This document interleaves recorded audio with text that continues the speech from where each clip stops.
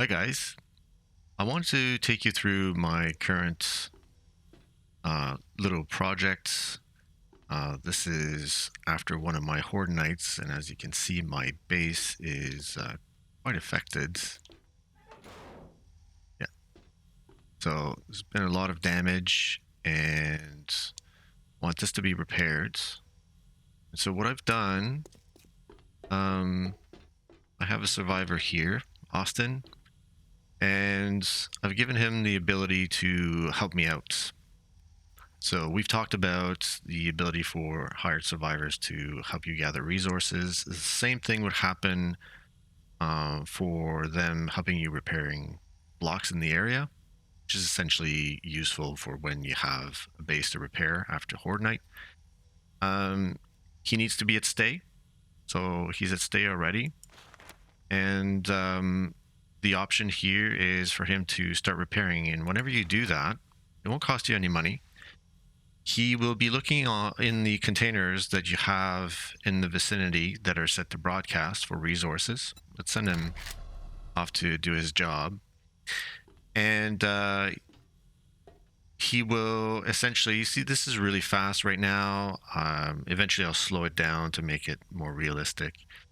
But I think you could tell before, right now, see this cement block is still, this concrete block still has some damage, but everything else, I don't know if you remember, it's the same thing, right? Concrete, this had damage, still concrete, this had damage, etc., right? So he's gone off and repaired essentially as much as he could. And the reason why things like these concrete blocks still have some damage is because if you go talk to him again, he'll give you a report on missing resources. So what he does is he keeps track of what he wasn't able to repair and how many of these resources would be required to repair what's left, right? So concrete mix, 219. So if I was to open one of these, and let's say I put myself in I can't type, in creative modes, and I get, I think it was 200, right? So let's just put 4,000 here. So we'll put 4,000. See, here it's not on broadcast, so let's do the same thing. We'll send him over to start repairing. Let him do his thing. This wasn't on broadcast, so he wouldn't be able to get access to this. So if we go and talk to him again, it's the same thing, 219.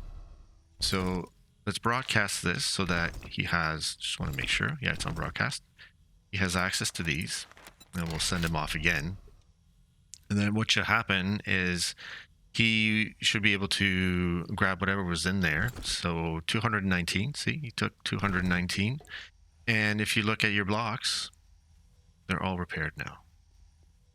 And the only thing that would remain to repair is whatever requires these blocks here. So let's just put on debug and stop whoever seems to be coming. So right now, like I said, it's going to be fast.